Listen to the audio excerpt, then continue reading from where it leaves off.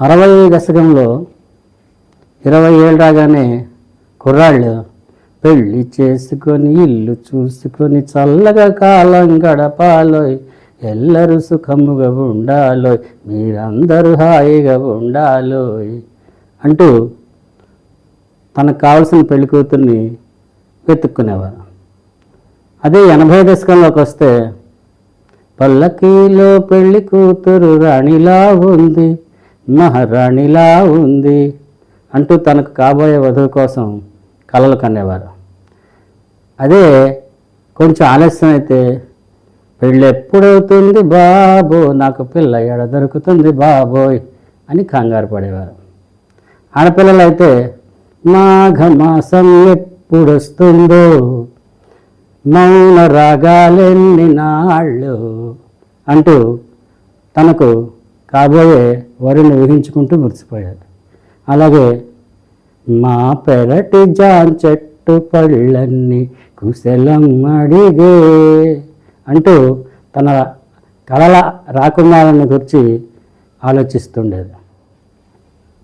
తొలిసారి మిమ్మల్ని చూసింది మొదలు, మెదిలాయి కళలో నా ఎన్నెన్నో కథలు, ఎన్నెన్నో కథలు అంటూ తన కలల రాకుమారుణ్ణి ఊహించుకుంటూ మురిసిపోయేది. కానీ ప్రస్తుతం యువకుల పరిస్థితి ఎలా ఉంది అంటే, భద్రం బీ కేర్ఫుల్ బ్రదరు, భర్తగా మారకు బ్యాచులరు, షాదీ మాటే వద్దు గురు, సోలో లైఫే సో బెటరు అంటూ పెళ్ళికి దూరంగా ఉంటున్నారు. ఇంకా కొంతమంది అయితే వద్దురా సోదరా పెళ్ళంటే 100 ఏళ్ళ మంటరా ఇలాగా సహా చెప్తూ డోంట్ మ్యారీ బీ హ్యాపీ అంటూ ఇతరులకు ప్రబోధం చేస్తున్నారు. అసలు నేటి ఈ విపరీత పరిస్థితికి కారణం ఏమిటి? యువకులు పెళ్ళంటే ఎందుకు భయపడి పారిపోతున్నారు? పెళ్ళి, పిల్లలు, సంసార బాధ్యతలను ఎందుకు విముఖత చూపిస్తున్నారు? తల్లిదండ్రులు ఆ ప్రస్తావన తెస్తే నాకు అప్పుడే పెళ్ళి వద్దు, నాకు పెళ్లి చేసుకునే ఆలోచన లేదు అని ఎందుకు చెబుతున్నారు? ఈ విషయం మీద సౌరాష్ట్ర యూనివర్సిటీ నుంచి పూజా ధుమ్మడియా, నాన్సీ రాథోడ్ అనే 2 విద్యార్థులు 1240 మంది కలిసి ఒక సర్వే చేశారు. ఆ సర్వేలో కొన్ని ఆసక్తికరమైన విషయాలు వెలువడ్డాయి. అవేమిటో చూద్దాం. 90% మంది పెళ్లి చేసుకోకూడదని, చేసుకుంటే ఆలస్యంగా చేసుకోవాలని చెప్పారు. 60 నుంచి 80% మంది పెళ్లి బాధ్యతలు తమ లక్ష్యానికి ఆటంకంగా మారుతాయని, 70% మంది పెళ్లి తమ స్వేచ్ఛను హరించి వేస్తుందని చెబుతున్నారు. 60% మంది తమ కెరీర్లో బిజీగా ఉండడం వల్ల పెళ్లి వంటి సాంఘిక ఆచారాలకి దూరంగా ఉండాలనుకుంటున్నారు. 74% మంది తమ కుటుంబంలోని, తమ చుట్టుపక్కల వారి కుటుంబాలలో వచ్చే పొరపచ్చాలు, విభేదాలు కారణంగా పెళ్లి పట్ల విరక్తి పెంచుకుంటున్నారు. 75% మంది తమకు నచ్చిన పార్ట్నర్ దొరకలేదని పెళ్లికి నో చెబుతున్నారు. 74% మంది ఆర్థిక కారణాల వల్ల పెళ్లిని వాయిదా వేస్తున్నారు. ఇలా ఈ సర్వేలో ఇలాంటి ఆసక్తికరమైన విషయాలు వెల్లడయ్యాయి. 70% మంది రాబోయే పార్ట్నర్ మీద విశ్వాసం కుదరక పెళ్లిని వాయిదా వేస్తున్నారు. 65% మంది పాశ్చాత్య సంస్కృతి ప్రభావంలో పడి పెళ్లికి దూరంగా ఉంటున్నారు. అలాగే తమకు రాబోయే లైఫ్ పార్ట్నర్ మీద ఓవర్ ఎక్స్పెక్టేషన్స్ తోటి కొంతమంది పెళ్ళిని వాయిదా వేస్తున్నారు. అది ఎలాగంటే, మగపిల్లలు అయితే చాలా అందంగా, నాజుగ్గా, తెల్లగా ఉన్న అమ్మాయి కావాలని, బాగా ఐటీ ఉద్యోగినిగా నెలకి లక్షలు సంపాదించాలని, లక్షలాది కట్నం తేవాలని, పెళ్ళిని గ్రాండ్గా జరపాలని, ఇలాంటి విపరీతమైన కోరికలతో ఉన్నారు. ఆడపిల్లలు అయితే తమకు రాబోయే వరుడు అజానుబాహుడుగా ఉండాలని, పెద్ద ఉద్యోగం చేస్తూ ఉండాలని, లక్షల జీతంతో ఉండాలని, అత్తమామలు ఆడపడుచులు ఉండకూడదని, ఇలాంటి కోరికలతో వారు వెతుకుతూ పెళ్ళికి దూరం అవుతున్నారు.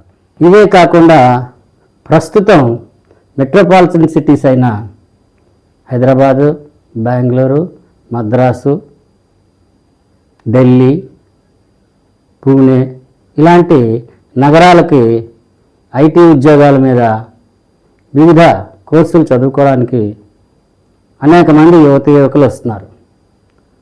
వాళ్ళకి ఈ పాశ్చాత్య దేశ ప్రభావాలైన pub culture, coliving culture, live in relationship అనే కల్చరు, ఇలాంటి కల్చర్లు ప్రభావం బాగా చూపిస్తుంది. అంటే అదేదో సామెత చెప్పినట్టు ఏదో కుదిరితే పెళ్ళెందుకురా పెదబాబు అన్నట్టు. అలాగే తమకు కావలసిన ఫెసిలిటీస్ అన్నీ కూడా పైన చెప్పిన పద్ధతుల్లో దొరుకుతుంటే ఇంక పెళ్ళెందుకు, సంసారం పిల్లల బాధ్యత ఎందుకు? ఇది ఈనాటి విపరీతపు పోకడలు. నగరాల్లో ఈ రిలేషన్షిప్ మీద ఉండి, కూలింగ్ రిలేషన్షిప్ మీద ఉండి కొంతకాలం కలిసి ఉండి తర్వాత బ్రేకప్ అయ్యి తర్వాత పోలీస్ స్టేషన్ల చుట్టూ తిరుగుతున్న ఎంతోమంది యువకులు ఉన్నారు. అయితే ఈ పరిస్థితులు చక్కపడడానికి ఏమైనా నివారణోపాయాలు ఉన్నాయా అని ఆలోచిస్తే గేమోఫోబియా ఇది ఒక రకమైన మానసిక రుగ్మత. వివాహం లేదా దీర్ఘకాలిక సంబంధం మీద ఒక రకమైన భయం. దీనివల్ల చాలామంది ఈ పెళ్ళి అనే బంధానికి దూరం అవుతున్నారు. దీనికి చికిత్సగా మానసిక వైద్యులు cognitive behaviour therapy, exposure therapy, అంటే భయాలను ఎదుర్కోవడానికి ఎక్స్పోజర్ థెరపీ ఇలాంటివి వాడి ఈ గేమోఫోబియా అనే ఈ మానసిక రుగ్మతని తగ్గిస్తారు. తర్వాత వివాహ బంధంలో వాళ్ళు ఊహించినంత భయంకర పరిణామాలు జరగవని, అది మన సంస్కృతిలో ఒక భాగమని, పెళ్ళి, సంసారం, పిల్లలు ఉంటేనే సంపూర్ణమైన జీవితం అని, ఇలాంటి విషయాలు నేటి యువకులకు బుర్రకు నాటుకునేలా తెలియజేయాలి. తర్వాత ఇంట్లో అమ్మ, నాన్న, భార్య, భర్త, పిల్లలు వీళ్ళందరూ ఉంటేనే ఇల్లు నిండుగా ఉంటుందని, ఒకరి సహకారం మరొకరికి దొరుకుతుందని అనే ఆలోచన, అంటే ఉమ్మడి కుటుంబ ఆలోచన పాదుకునేలా సమాజం కృషి చేయాలి. పెళ్లి చేసుకుని తమకు పుట్టిన పిల్లల్ని అంటే వారసుల్ని చూసుకుంటూ వాళ్ళ అభివృద్ధికి, ఎదుగుదలకు ప్రయత్నిస్తుంటే ఆ తల్లికి కానీ తండ్రికి కానీ ఎంత ఆనందంగా ఉంటుందో ఒక్కసారి వారికి వివరించి చెప్పాలి. అలాగే పెళ్ళి స్వేచ్ఛకు అడ్డు కాదని, అలా పెళ్లి చేసుకుని స్వేచ్ఛగా బతికే దంపతుల్ని ఎగ్జాంపుల్గా చూపించి పెళ్లి పట్ల వాళ్ళకి ఆసక్తి కలిగేలా చేయాలి. పెళ్ళి అనేది పెద్ద సమస్య కాదని, అడ్జస్టబిలిటీ, అడాప్టబిలిటీ ఉంటే ఈ పెళ్ళి, సంసారం అనేది ఒక స్వర్గంగా మారుతుందని వారికి ఉదాహరణలాగా అలా పెళ్లి చేసుకుని సుఖంగా ఆనందంగా ఉంటాని జంటలు చూపించి వివరించాలి. ఇవన్నీ ఎవరు చేయాలి అంటే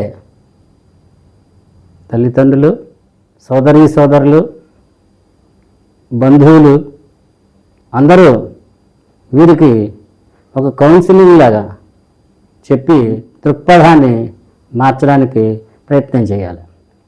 ఇది ఈనాటి విషయం.